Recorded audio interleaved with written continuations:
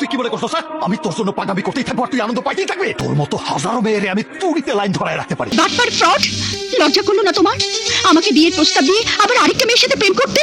আবে থাম, রবি ঠাকুরের শান্তির কবিতাই খালি পড়ছস, দ্রোহের কবিতা পড়ছ না। শাকিব খান, যাকে আধুনিক বাংলা সিনেমার কিং খান বলা হয়, 1999 সাল থেকে শুরু করে আজ পর্যন্ত তিনি রাজত্ব করে যাচ্ছেন। চলুন জেনে নিই তার ক্যারিয়ারে 10টি সিনেমার অজানা কিছু তথ্য।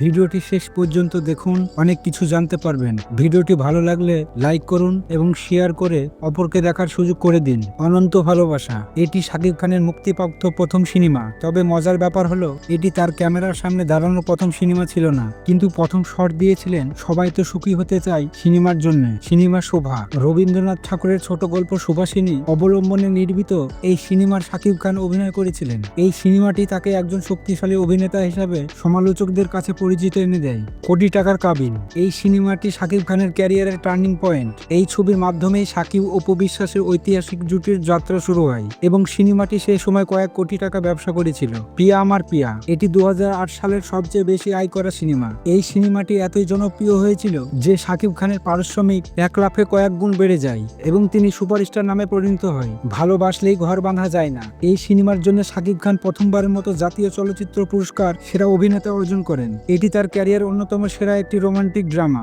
নাম্বার 1 শাকিব খান, সিনেমাটির টাইটেল ট্র্যাক এবং নাম শাকিব খানের ব্যক্তিগত ব্র্যান্ডে পরিণত হয়। মজার তথ্য হলো, এই সিনেমার প্রায় 60% শুটিং হয়েছিল ব্যাংককে।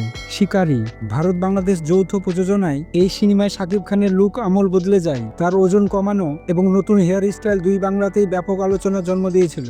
নবাব, এই সিনেমায় শাকিব খানের রাফ অ্যান্ড টাফ লুক এবং গোয়েন্দা চরিত্রের অভিনয় তাকে আন্তর্জাতিক মহলে প্রশংসিত করে। এটি পশ্চিমবঙ্গ এবং বাংলাদেশের বক্স অফিসে ঝড় তুলেছিল। প্রিয়তমা, এই সিনেমার জন্য শাকিব খান একজন 80 বছরের বৃদ্ধার লুকে হাজির হয়েছিলেন। তার সেই ওল্ড ম্যান লুকটি সোশ্যাল মিডিয়ায় ভাইরাল হয়েছিল এবং মেকআপের জন্য বিদেশ থেকে বিশেষজ্ঞ আনা হয়েছিল।